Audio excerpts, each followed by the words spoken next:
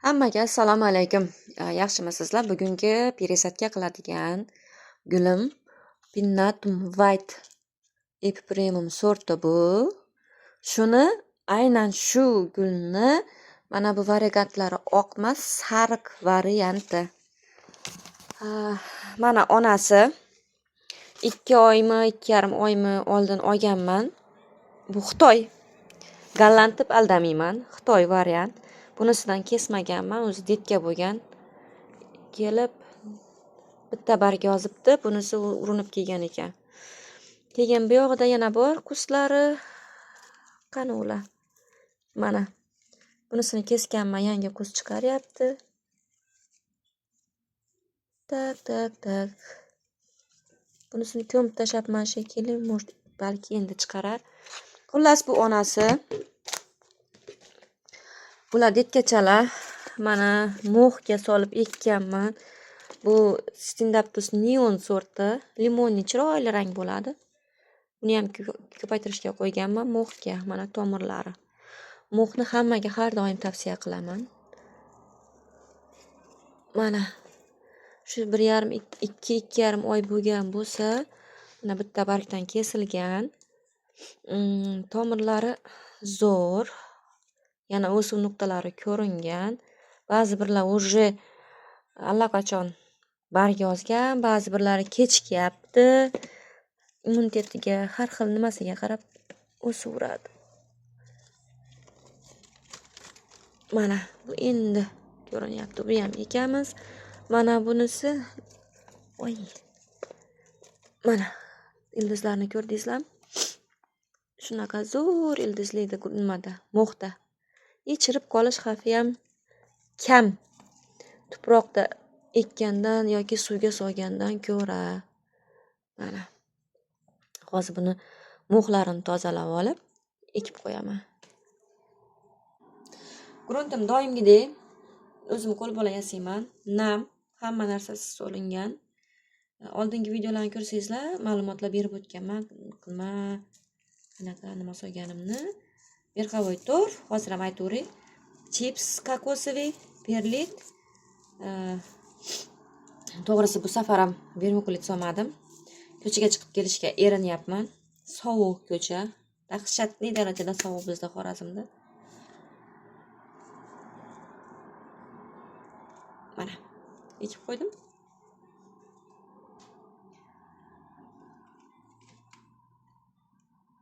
Mana. Mo'xini tozalab olaman. Sekin, urintirmasdan, tomirni sindirmasdan juda ehtiyotkorona olib tashlaysizlar.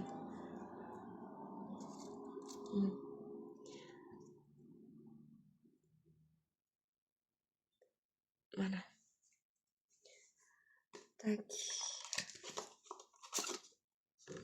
Stakanchikka tuproq solamiz. Ozgina, tomiri katta ekanda. Ozgina tuproq solib, chiroyli qilib ekib qo'yamiz, bo'ldi.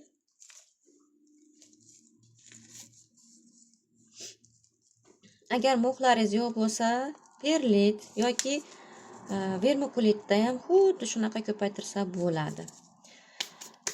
Perlit vermikulitda ko'paytirishni aytsam, mo'xingiz yo'q, qo'lingizda perlit yoki vermikulit bor. Perlitni, vermikulitni shunaqa solasiz.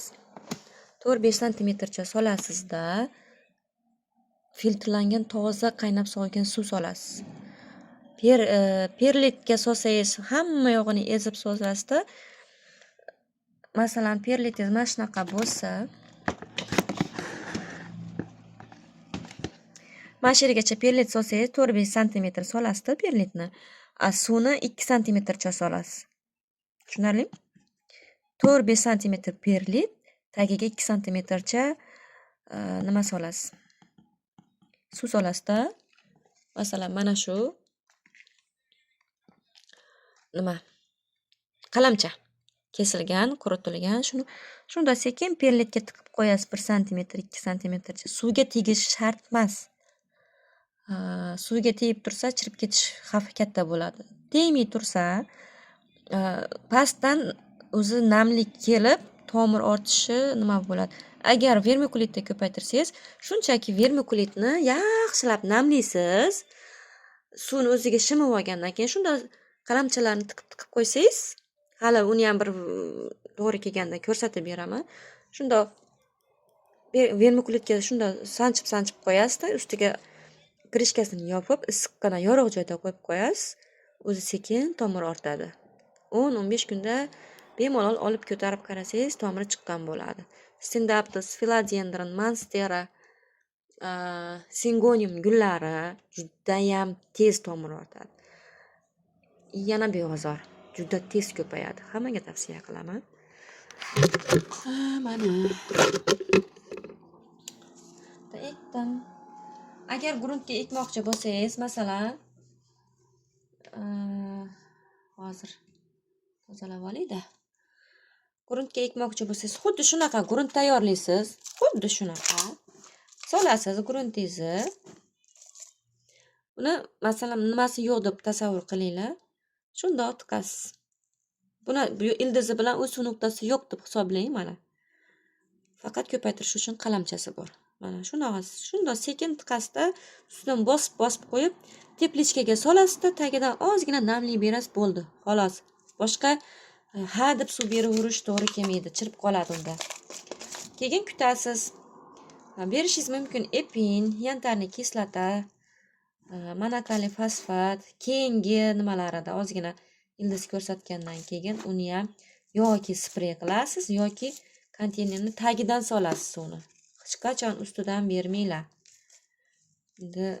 Mana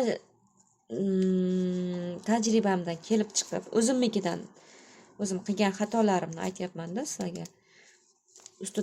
Ustidan quysangiz chirib qolish xavfi katta bo'ladi. Yoki judayam ehtiyotkorlik bilan chekkasidan aylantirib bersangiz bo'ladi.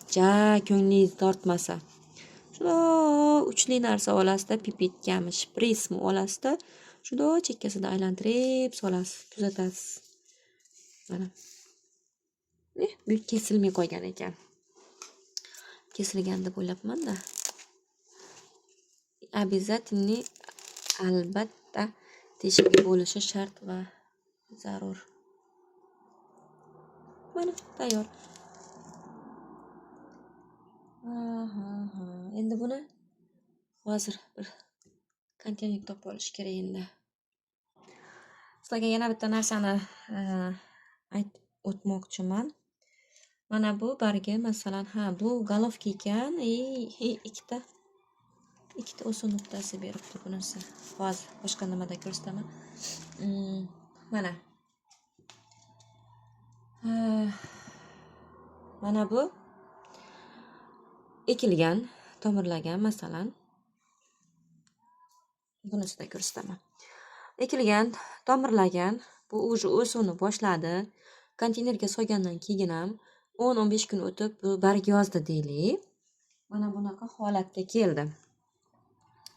Mana shunaqa holatga keldi. Bunisi yangi o'suv nuqtasidan chiqqan yangi bargi. Mana bu eski ona bargi. Vaqt o'tib, har xil vaqtda, masalan, bir hafta